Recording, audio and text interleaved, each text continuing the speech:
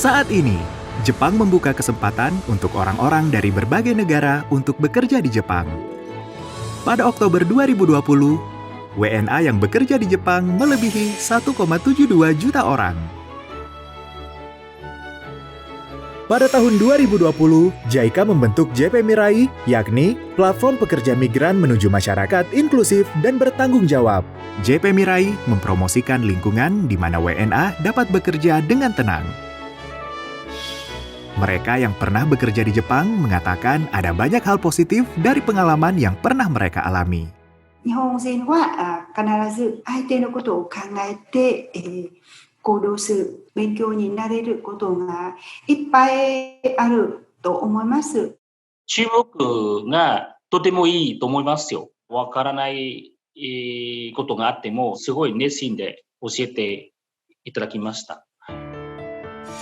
Namun, ada beberapa kasus seperti lebih rendahnya gaji dibanding yang diharapkan, atau para pekerja yang harus meminjam banyak uang untuk datang ke Jepang yang membuat situasi menjadi sulit, atau komunikasi di tempat kerja yang tidak berjalan baik karena kurangnya persiapan.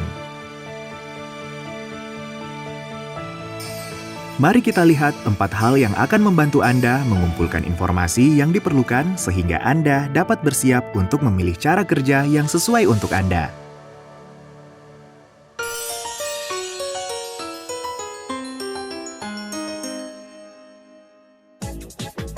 Halo semuanya, nama saya Take.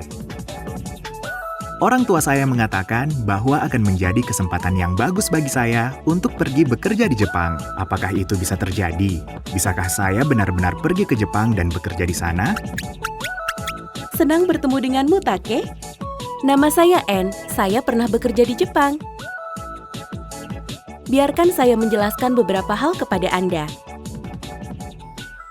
Sebelum datang ke Jepang untuk bekerja, tenaga kerja asing perlu memilih visa yang memperbolehkan mereka untuk tinggal di Jepang.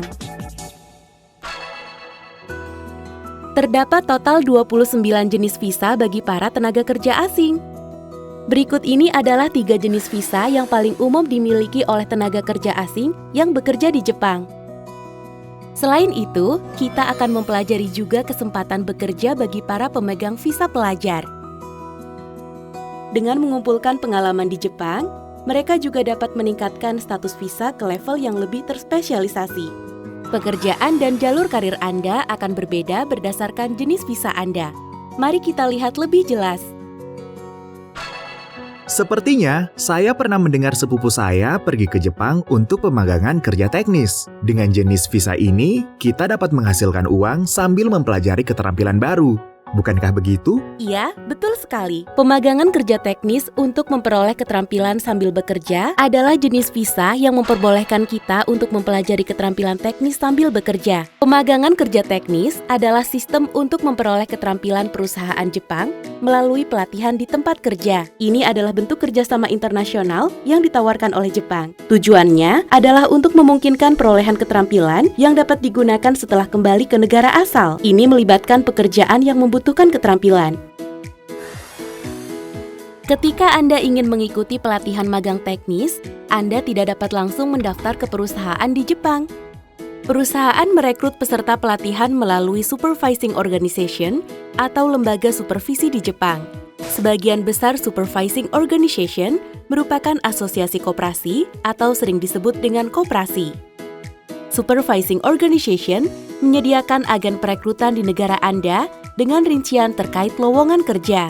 Perusahaan Jepang melakukan wawancara melalui lembaga supervisi atau Supervising Organization. Jika Anda lulus wawancara, Anda baru dapat membuat permohonan visa. Kemudian, jika permohonan Anda disetujui, Anda dapat menjadi peserta pemagangan kerja teknis. Peserta pemagangan kerja teknis menjalani pelatihan bahasa Jepang selama 6 bulan hingga 1 tahun sebelum pergi ke Jepang.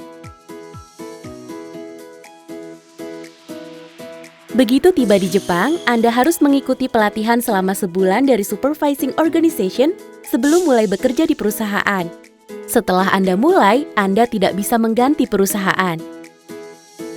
Ketika bekerja di perusahaan, peserta pelatihan perlu menjaga komunikasi dengan supervising organization. Jika Anda memiliki masalah, Anda dapat berkonsultasi dengan seseorang di tempat kerja atau dengan supervising organization.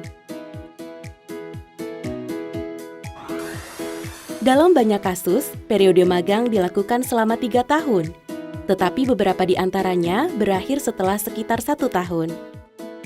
Pastikan untuk mengkonfirmasi durasi sebelum melakukan wawancara.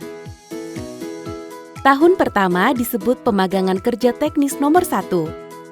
Tahun kedua dan ketiga disebut pemagangan kerja teknis nomor 2. Program magang 3 tahun melibatkan ujian di tahun pertama. Jika Anda lulus, Anda dapat lanjut ke tahun kedua. Setelah 3 tahun, Anda dapat mengikuti pemagangan kerja teknis nomor 3 di Jepang untuk 2 tahun berikutnya jika Anda lulus ujian.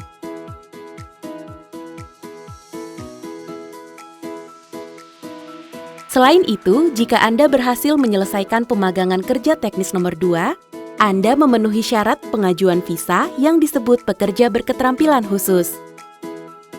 Salah satu cara untuk mendapatkan visa tersebut adalah dengan lulus tes kemampuan dan keterampilan teknis atau tes evaluasi pelatihan magang teknis pada tahun ketiga pelatihan. Meskipun ada cara lainnya, lulus ujian merupakan cara yang jelas untuk menunjukkan Anda telah memperoleh keterampilan yang dibutuhkan.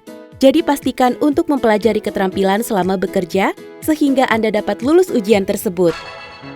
Jadi, keuntungan dari pemagangan kerja teknis adalah memperoleh keterampilan sembari bekerja di Jepang ya. Betul sekali. Selain itu, Anda juga mendapatkan dukungan dari perusahaan dan agen perekrutan dan supervising organization sehingga Anda merasa aman. Jadi, bisakah Anda menjelaskan kepada saya lebih lanjut mengenai pekerja berketerampilan khusus? Pekerja berketerampilan khusus adalah jenis visa yang diperkenalkan pada April 2019. Pekerja berketerampilan khusus dapat bekerja di 14 bidang industri tertentu, termasuk keperawatan atau perawatan lansia, manajemen kebersihan kantor, dan sebagainya. Pengetahuan atau pengalaman dalam bidang tersebut diperlukan. Berbeda dengan pemagangan kerja teknis, Anda sudah harus dapat menunjukkan kemampuan untuk segera melakukan pekerjaan. Ada 2 cara untuk memperoleh status kependudukan sebagai pekerja berketerampilan khusus. Pertama, menyelesaikan pemagangan kerja teknis nomor 2. Kedua, adalah lulus ujian bahasa Jepang dan tes keterampilan di negara Anda maupun di Jepang. Tidak seperti pemagangan kerja teknis, jenis visa ini tidak perlu melibatkan agen perekrutan. Sebagai gantinya, perusahaan atau Registered Support Organization memberikan dukungan kepada Anda dalam proses perekrutan serta selama Anda tinggal di Jepang. Jangka waktu yang disetujui bagi pekerja berketerampilan khusus nomor 1 yakni 1 tahun, 6 atau 4 bulan. Jangka waktu tersebut dapat diperpanjang untuk total masa tinggal hingga 5 tahun. Namun, Anda tidak dapat membawa keluarga. Pekerja berketerampilan khusus nomor 2 adalah jenis visa untuk melakukan pekerjaan yang membutuhkan tingkat keterampilan yang lebih tinggi. Ini dapat diperoleh dengan cara lulus tes keterampilan yang lebih sulit daripada pekerja berketerampilan khusus nomor 1. Jenis visa juga memungkinkan Anda untuk bekerja lebih dari 5 tahun. Selain itu, dengan memenuhi persyaratan tertentu, Anda dapat mengajukan status penduduk tetap ataupun membawa keluarga Anda ke Jepang. Jadi, pemagangan kerja teknis merupakan sistem untuk pelatihan di tempat kerja, sedangkan untuk pekerja berketerampilan khusus, kita dapat melakukan pekerjaan sesegera mungkin. Kalau begitu, saya akan berusaha sebaik mungkin untuk memperoleh visa pekerja berketerampilan khusus supaya saya dapat tinggal di Jepang bersama keluarga untuk waktu yang lama. Kedengarannya bagus? Sekarang, mari kita lihat insinyur atau spesialis humaniora atau pelayanan internasional. Insinyur atau spesialis humaniora atau pelayanan internasional merupakan visa kerja bagi tenaga ahli yang membutuhkan pengetahuan khusus yang hanya diperoleh di tingkat universitas. Contoh pekerjaan di bidang insinyur antara lain sebagai insinyur teknis, sedangkan spesialis humaniora dapat bekerja dalam urusan perencanaan perusahaan atau pemasaran. Pelayanan internasional berarti pekerjaan yang membutuhkan latar belakang internasional seperti penerjemah. Syarat tingkat pendidikan yang dibutuhkan antara lain lulusan universitas atau perguruan tinggi di Jepang atau di negara Anda, ataupun diploma di Jepang.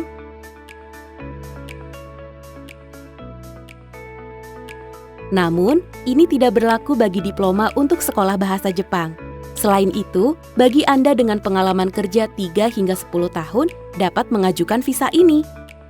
Untuk visa pelayanan internasional dibutuhkan tingkat keterampilan bahasa Jepang setara JLPTN 3 secara praktis. Untuk bekerja di bawah status insinyur atau spesialis humaniora atau pelayanan internasional, Anda perlu melamar pekerjaan di perusahaan di Jepang. Untuk mencari pekerjaan, Anda dapat mencari secara online, berpartisipasi dalam pameran pekerjaan, atau mendaftarkan diri Anda pada agen perekrutan. Selain itu, ada kasus juga di mana seseorang dengan visa pelajar yang melamar ke perusahaan Jepang sebelum lulus dari sekolah vokasi, perguruan tinggi atau universitas, kemudian beralih ke status ini setelah lulus jika mereka berhasil diterima kerja di perusahaan Jepang. Periode tinggal yakni 5 tahun, 3 tahun, 1 tahun, dan 3 bulan yang dapat diperpanjang. Keluarga juga dapat ikut menemani selama masa tinggal di Jepang. Tidak seperti pemagangan kerja teknis dan pekerja berketerampilan khusus, keistimewaan dari status ini adalah kemampuan untuk melakukan pekerjaan khusus. Jika saya ke Jepang untuk belajar bahasa Jepang, kemudian belajar di vokasi, sekolah menengah pertama, atau universitas, kira-kira saya bisa mendapatkan visa ini tidak ya? Tapi pasti akan membutuhkan banyak biaya. Jadi saya harus bekerja sambil belajar di Jepang ya kan? Tidak, bukan begitu. Beberapa orang mengatakan bahwa Anda dapat bekerja paruh waktu sambil belajar di Jepang dan dapat mengirim uang untuk keluarga Anda di rumah. Tapi itu tidak benar. Agar tidak salah paham, mari kita lihat lebih dekat. Pada umumnya, Anda tidak boleh bekerja dengan visa pelajar asing. Namun, jika Anda memiliki izin untuk melakukan aktivitas lain selain dari yang diperbolehkan di bawah status yang diperoleh, Anda diizinkan untuk bekerja paruh waktu atau magang hingga 28 jam per minggu. Tetapi, secara hukum bekerja lebih dari 28 jam per minggu tidak diizinkan. Otomatis akan sulit untuk bekerja sambil belajar dan mengirim uang untuk keluarga. Masa tinggal untuk visa pelajar telah ditentukan oleh Kementerian Kehakiman, yaitu tidak lebih dari 4 tahun 3 bulan. Perpanjangan masa tinggal dimungkinkan jika pelajar tersebut melanjutkan studi ke jenjang yang lebih tinggi. Namun, apabila seseorang didapatkan bekerja lebih dari 28 jam seminggu, ada kemungkinan permohonan perpanjangan tidak akan disetujui. Survei JASO tahun fiskal 2019 menunjukkan bahwa 36% pelajar asing yang lulus dari berbagai sekolah di Jepang berhasil mendapatkan pekerjaan di Jepang.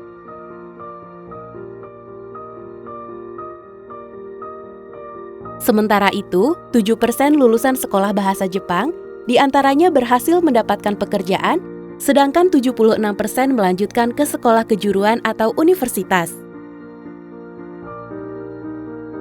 Yang saat ini sedang mempertimbangkan sekolah di Jepang, dapat melihat buku panduan yang tersedia pada laman Japan Student Service Association atau JASO. Pada laman tersebut terdapat informasi rinci dalam berbagai bahasa. Jadi, jenis pekerjaan, tingkat pendidikan, dan level bahasa Jepang yang dibutuhkan akan berbeda berdasarkan jenis visa ya. Selain itu, jenis visa juga menentukan periode kerja di Jepang ataupun apakah Anda dapat mengundang keluarga untuk tinggal bersama di Jepang atau tidak. Penting bagi kita untuk mempertimbangkan dengan baik jenis pekerjaan apa yang ingin dilakukan serta seperti apa bentuk kehidupan yang ingin saya jalani nantinya di sana. Selain itu, penting juga untuk melakukan riset sendiri jenis visa agar saya dapat memilih yang terbaik bagi saya.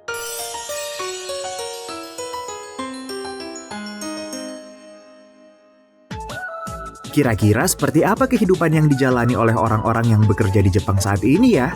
Saya ingin mendengar pengalaman dari mereka. Ayo, mari kita simak cerita dari beberapa orang yang saat ini bekerja di Jepang.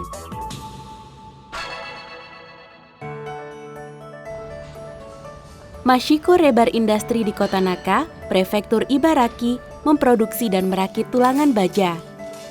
10 warga Vietnam di antaranya bekerja di sini.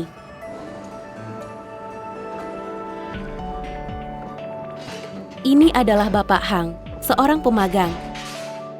Dia tertarik bekerja di Jepang setelah menonton iklan agen perekrutan di televisi Vietnam. Selain itu, seorang temannya merekomendasikannya untuk bekerja di Jepang. ベトナムのテレビで支援会社の情報流れていますので、ホームページで調べます。日本に来る前に半年ぐらい日本語を勉強して日本語の英語を合格しました。 Bapak Hang datang ke Jepang setelah berhasil melalui tes profesiensi bahasa Jepang level N5. Meskipun demikian, dia mengalami kesulitan dengan bahasa. 仕事は全て日本語ですね。私わかりませんでした。でも、先輩たちいるので、日本人の先輩もちゃんと説明してもらって、だんだん日本語を覚えました。それで仕事が簡単になります。 Setelah bekerja, Bapak Hang lanjut dengan belajar bahasa Jepang dan istilah-istilah yang digunakan di pekerjaannya. Dengan bantuan kolega seniornya, sedikit demi sedikit dia dapat belajar bagaimana melakukan pekerjaan. Bapak Mashiko, Direktur Pelaksana, memberikan dukungan untuk para pekerja asing di perusahaan. 必ず仕事終わりにアパートに行って「今日どうだったの？分かんなかったことがあるかな?」っていう言葉をかけたりとかしてますね。Bapak Hang datang ke Jepang 2 tahun lalu. Sekarang dia sudah beradaptasi di perusahaannya. Dia mengatakan dia menikmati menghabiskan waktu dengan koleganya di hari libur. 日本人の先輩たちも遊んでに行きます。この間、チュリに行ったことがあります。でも、寒いから魚全然ないです。 Bapak Duong adalah salah satu kolega senior Bapak Hang. Dia bekerja di perusahaan ini sebagai seorang pemagang selama 5 tahun sebelum memperoleh status pekerja berketerampilan khusus. Ini adalah tahun ke-6 dia bekerja di Jepang. 日本で地震が結構多いのに、建物あまり割れてませんです。もしベトナム同じ地震が起こったら、割れてしまうから、日本の高い技術を学びたいに来ました。 Bapak Duong sangat bersemangat dalam bekerja dan belajar. Ketika dia menyelesaikan pelatihan magang teknis kategori 2, dia menerima penghargaan dari Supervising Organization untuk pekerjaannya yang luar biasa. 自分はやっぱりもう真面目な性格ですね。仕事に関しても一生懸命積極的に自分でやる方ですね。Selain itu, Bapak Duong saat ini mengikuti pendidikan korespondensi agar bisa mendapatkan sertifikasi sebagai teknisi konstruksi tulangan kelas 2 yang membutuhkan keterampilan dan pengetahuan yang lebih tinggi, serta agar dirinya dapat dipromosikan menjadi pemimpin tim di kemudian hari. Berdasarkan keinginannya untuk belajar lebih banyak dan terus bekerja di Mashiko Rebar Industry, ia memperoleh status pekerja berketerampilan khusus. 特定になるのに難しいことは何もありませんです。ただ毎日真面目に仕事して日本語も勉強するだけです。特に私は困ることはないです。それは全部会社の人をしてくれますから。Bapak Duong mengatakan bahwa dia diberikan tanggung jawab lebih setelah memperoleh visa pekerja dengan keterampilan khusus, termasuk kenaikan gaji. Dia juga menerima penghargaan pengakuan untuk pekerja konstruksi luar negeri yang unggul dari Kementerian Pertanahan, Infrastruktur, Transportasi, dan Pariwisata.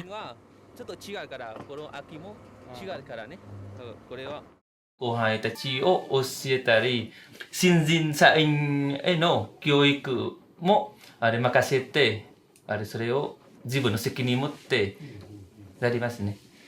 収入は増えるし、長く時間働くことができるし、ベトナムの後輩たちも手伝うことができますから嬉しいですね。Bapak Duong juga merupakan seseorang yang dapat diandalkan oleh kolega junior Jepangnya. 毎日、いろんなことをおっしゃってます。日本語も分かりやすいので、やっぱり測定できます。 Hal yang disenangi Bapak Duong adalah pergi jalan-jalan bersama teman-teman perusahaannya ataupun teman-teman dari kelas bahasa Jepang yang dia ikuti setiap minggu. 写真は、日本の教室で旅行します。先生たちと学生も一緒に行きます。一番楽しいことのはスキーすることです。先生さんとベトナムの後輩と、日本人の先輩も一緒に行きました。今年のお正月は2回目になりますけど、結構、滑りましたね。Apartemen mereka terletak di wilayah perusahaan. Bapak Duong, Bapak Hang, dan Bapak Kuyet, para pemagang, tinggal bersama di sana. Mereka membersihkan apartemen dan mencuci baju sendiri. Bapak Duong bertanggung jawab untuk memasak. 毎朝昼と晩ご飯ですね。もし現場行ったら弁当も準備してあげるです。 Hidangan utama malam ini adalah lumpia, yang merupakan spesialisasi Bapak Duong. シェンさんは一緒に食べましょうか。いいですか？食べていいんですか？じゃあいただきます。ありがとうございます。 Apartemen ini juga merupakan tempat di mana Bapak Mashiko mengadakan sesi belajar bahasa Jepang dan bekerja untuk pelatihan pemagang. Bapak Duong merupakan pekerja Vietnam pertama di perusahaan dan merupakan murid pertama dari Bapak Mashiko. 鉄筋のことを教えるの本当に分かんなくて、なんて言えばいいんだろうみたいな。本当に最初大変だったんだよ、ズンさんと。毎日やってたな、勉強な、ここで。4ヶ月か半年ぐらいかかります。そう。だからズンさんがそのまま君たち後輩に教えてくれるから、私の仕事が減ったから、本当にね、楽になりましたね。現場にいないと、本当大変です。じゃあ、ありがとうございます。 Setelah makan malam yang menyenangkan, semua orang menuju kamar masing-masing di lantai atas. Ini adalah kamar Bapak Hang. Terlihat ada beberapa kertas bertuliskan kata bahasa Jepang yang ingin dia pelajari ditempelkan di dinding. Kami pun menanyakan artinya. これはゲームダメ。ゲーム好きですけどやめました。 Bapak Hang tidak lagi bermain game yang ia sukai, dan dia mengabdikan dirinya untuk belajar setiap hari demi masa depannya.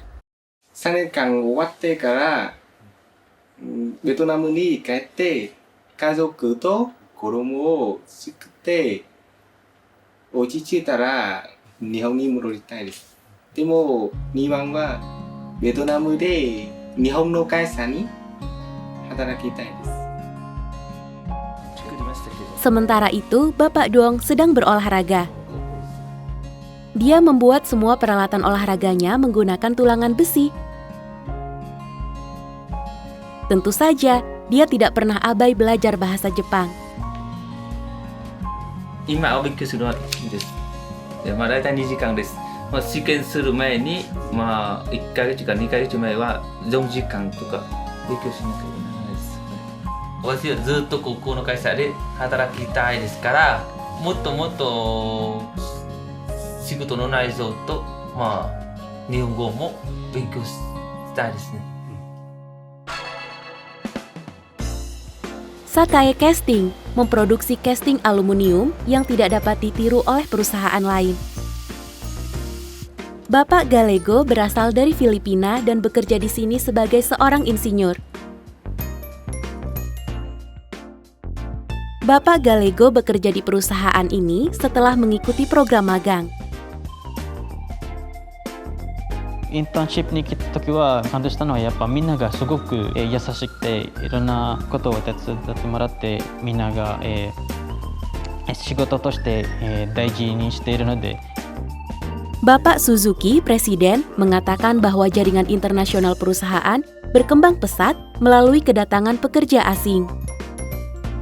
当然ね、日本のスタッフも、一生懸命海外にチャレンジしていく、土壌は今作ってはいるんですけど、まず皆さんが先駆的に、そのレールを引いてもらえれば、後から日本人スタッフも、そのレールに従って行きやすいかなと思ってるんで。Bapak Gallego memiliki visa insinyur atau spesialis humaniora atau pelayanan internasional. Saat ini, dia terlibat dalam pengembangan produk untuk market luar Jepang. Satu-satunya studi bahasa Jepang yang ia ambil adalah kursus bahasa 30 jam di universitasnya. Selebihnya dia pelajari sendiri. Setelah pulang ke rumah di malam hari, dia menikmati waktu sejenak berbicara dengan ayah dan keluarganya melalui video call. 気をつけてとか、元気とか、仕事を頑張ってとか、いつもすごい優しい言葉をもらっています。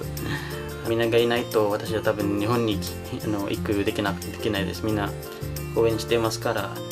Perusahaan membantunya dalam mengurus visa untuknya. Namun, keluarganya membayar biaya perjalanan ke Jepang serta biaya hidupnya untuk 1 bulan pertama sampai ia menerima upah. Apakah dia merasa kesepian tinggal di Jepang jauh dari keluarganya? 今、社会術のファミリーに、なっていますので、その寂しさはカバーになっています。はい、すごく。Mimpi Bapak Gallego yakni lanjut bekerja di Jepang dan memulai bisnisnya sendiri suatu saat. Dia berlatih bermain gitar dan berencana untuk memainkan musik Jepang untuk keluarganya saat nanti kembali ke rumah. 日本で働いた良かったのはいろんなことを学べて、あと、テクノロジーもすごくいい。日本に働きたいなら日本の文化をも勉強しないと、それを大事かなと思います。Ibu Tika Maya merupakan seorang pelajar asing di sekolah vokasi yang juga bekerja paruh waktu di toko serba ada 7-Eleven. Dia datang ke Jepang setelah belajar bahasa Jepang selama 6 bulan di kampung halamannya Nepal. 日本ではいい学校はいっぱいあるんですけど、日本語はうまくできないと学校も行けなくなっています。 Sejak datang ke Jepang, Ibu Tika Maya menghadiri sekolah bahasa Jepang selama 2 tahun. Setelah memperoleh sertifikat JLPT N3, dia mendaftar di sekolah kejuruan. Saat ini, dia belajar mengambil jurusan komunikasi dan perdagangan. Terkadang Ibu Tika Maya bisa bekerja sampai dengan 25 jam per minggu di tempat pekerjaan paruh waktunya.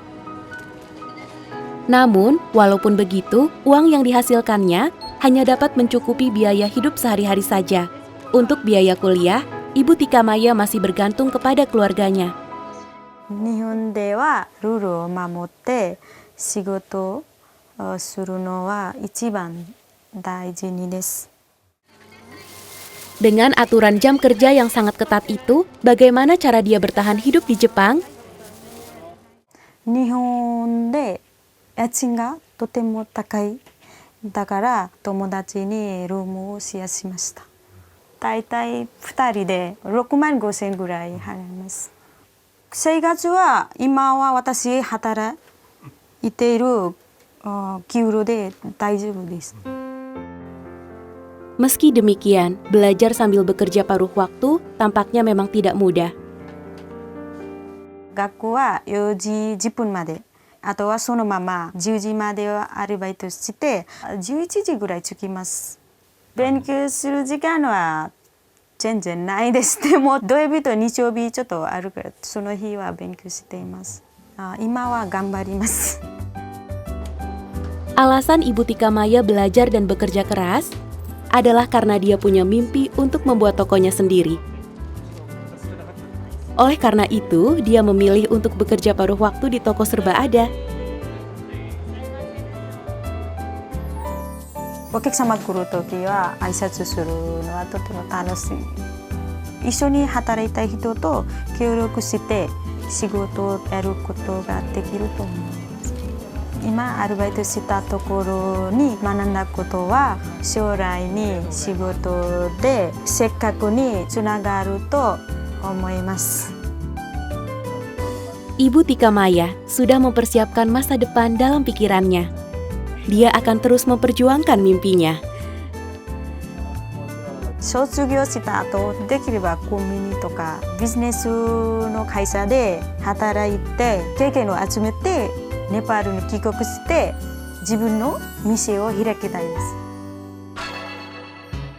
す。 Setiap orang berdedikasi, tidak hanya dalam pekerjaan, tapi juga dalam urusan studi bahasa Jepang mereka. Anda secara bertahap terbiasa bekerja dan hidup di Jepang dan mengembangkan kemampuan untuk melakukan hal yang Anda inginkan. Saya akan mengikuti contoh para senior saya di Jepang dan melakukan yang terbaik.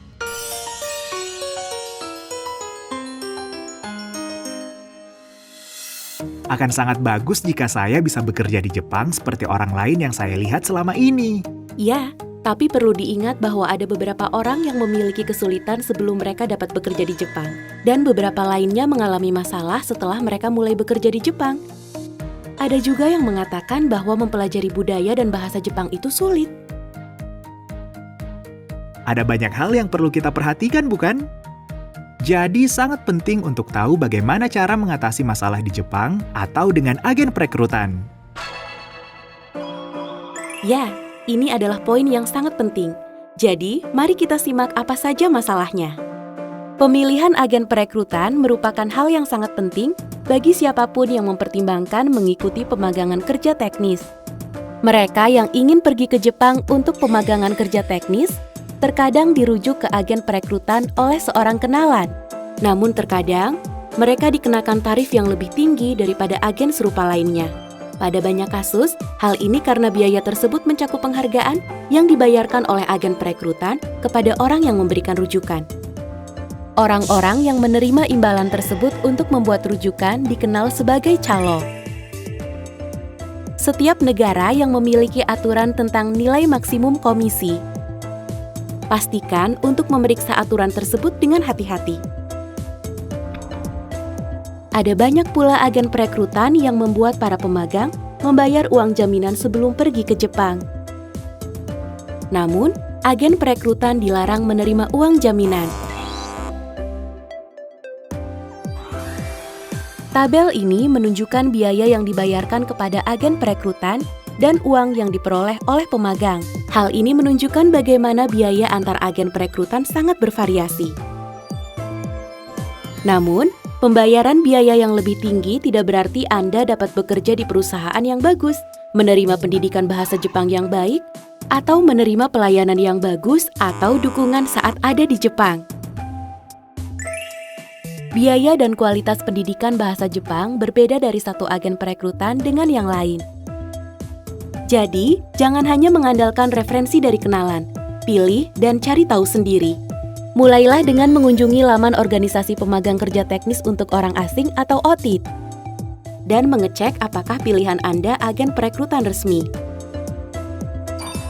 Anda juga dapat mengeceknya melalui informasi dari peserta magang sebelumnya atau merujuk pada laman pendidikan yang dioperasikan oleh organisasi terkemuka. Ada beberapa orang yang mendapatkan masalah setelah mulai bekerja di Jepang. Sama seperti yang lain, tenaga kerja asing yang bekerja di Jepang pun dilindungi oleh undang-undang Jepang. Tapi terkadang ada juga kasus buruk seperti ini terjadi.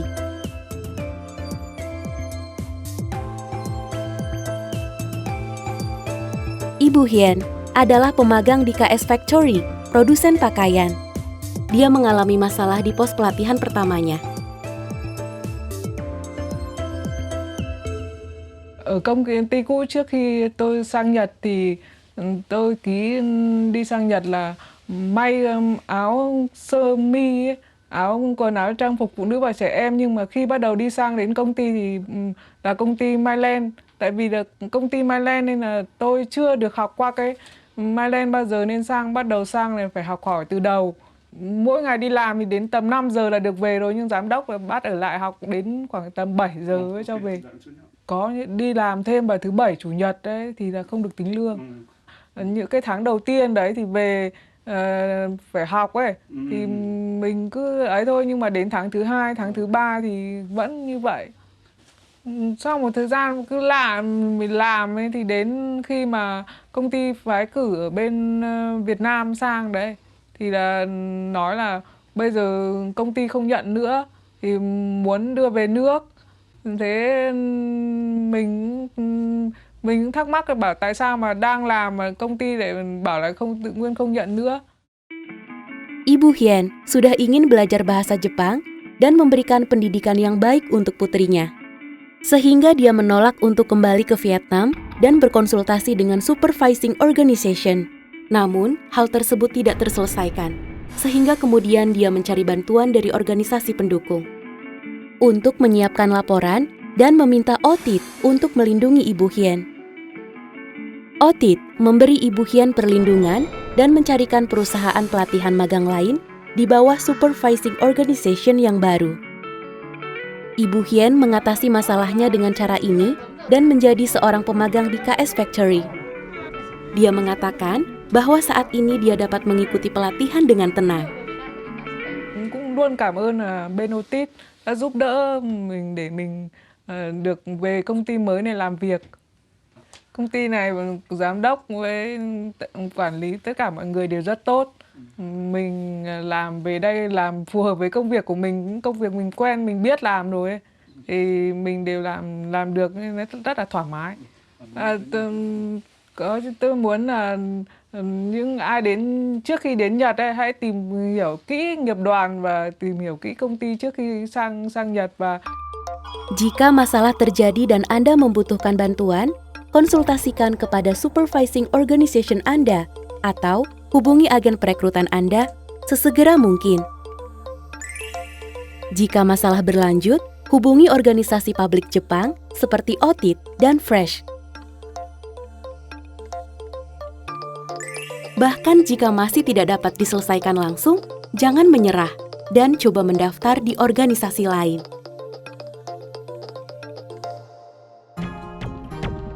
Pasti banyak yang ingin tahu berapa banyak uang yang Anda dapat peroleh selama di Jepang.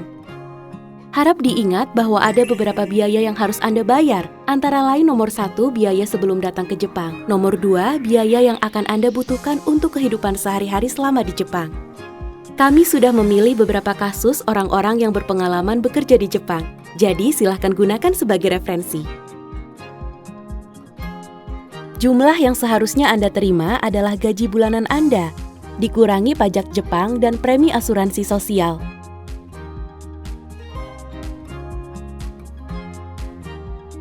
Pengeluaran bulanan terdiri dari biaya sewa, biaya air, listrik, gas, makanan, telepon, dan lainnya. Jika Anda pelajar, maka juga akan ada biaya perkuliahan. Meskipun pada umumnya upah di perkotaan terlihat lebih baik daripada di pedesaan, tapi ada banyak keuntungan hidup di pedesaan, seperti biaya hidup yang lebih murah dan lingkungan yang lebih baik. Hanya sedikit orang yang berbicara atau mengerti bahasa Inggris di Jepang, sehingga Anda perlu untuk belajar bahasa Jepang dengan keras. Ada beberapa cara yang dapat ditempuh. Anda dapat mengambil kursus di sekolah bahasa Jepang lokal setiap minggu, atau belajar otodidak di rumah menggunakan buku pelajaran dan aplikasi. Kami menanyakan kepada beberapa orang bagaimana mereka belajar bahasa Jepang.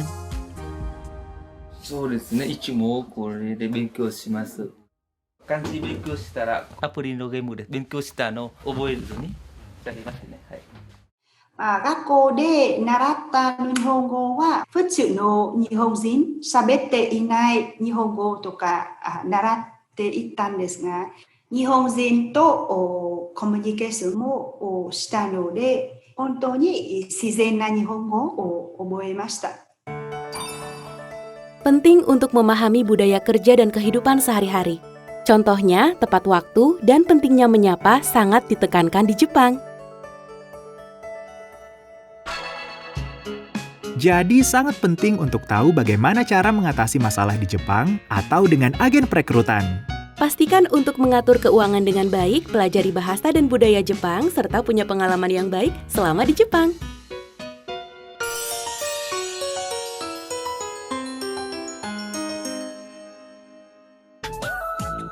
Apakah sekarang Anda lebih paham tentang bagaimana bekerja di Jepang? Iya, saya ingin bekerja di Jepang dan melakukan pekerjaan yang melibatkan bahasa Jepang setelah saya pulang ke negara saya. Bekerja di Jepang bukanlah tujuan utama. Pekerjaan seperti apa yang ingin Anda lakukan di masa depan, kehidupan seperti apa yang ingin Anda miliki. Pikirkan keterampilan apa yang Anda butuhkan untuk itu, bicarakan dengan keluargamu, teman-temanmu, dan lainnya, lalu pikirkan kembali, dan kemudian pergi ke Jepang. Itulah yang penting. Baik, saya akan melakukannya. Sekarang mari kita dengar beberapa saran dari orang-orang yang sudah berpengalaman mengembangkan karir mereka di Jepang. Bapak Hin dari Myanmar, bekerja selama 3 tahun sebagai pemagang di pabrik suku cadang mobil. Setelah kembali ke Myanmar, dia bekerja di pabrik pembuatan kendaraan sebagai pemimpin tim.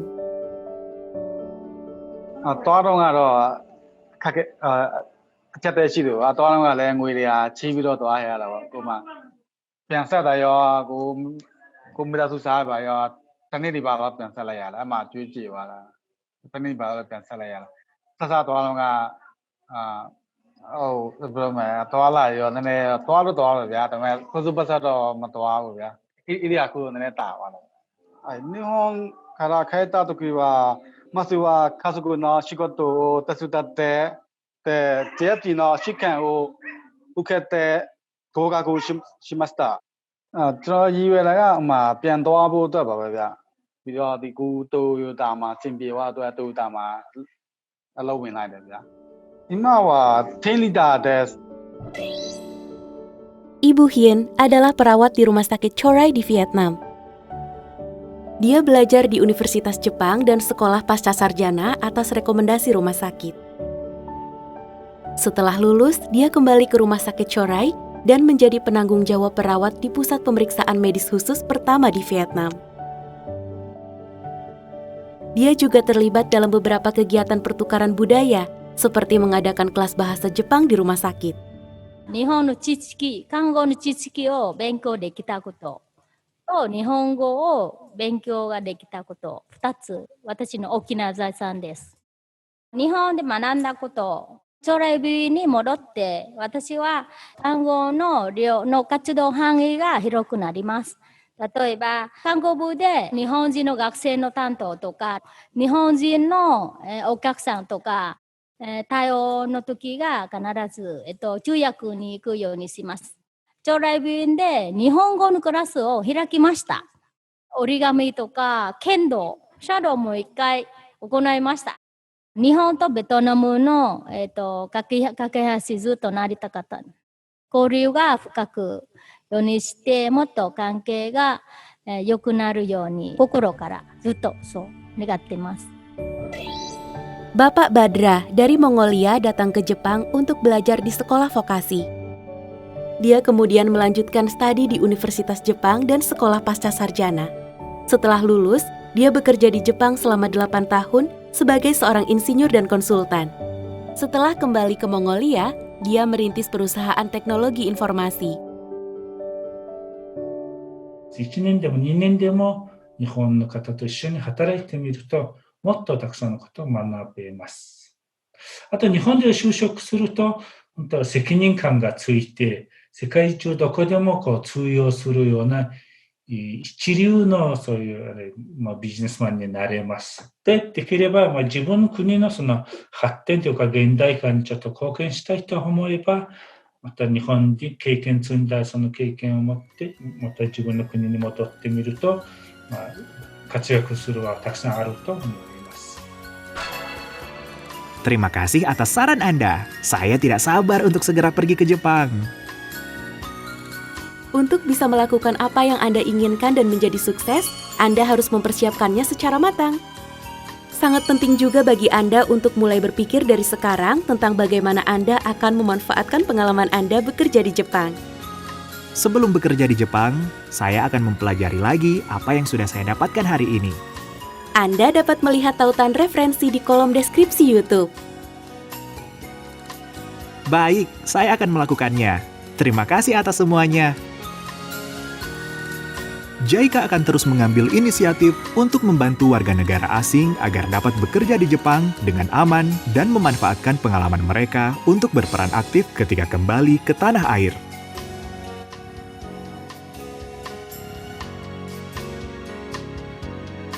Hai semuanya, mari kita bertemu di Jepang nanti.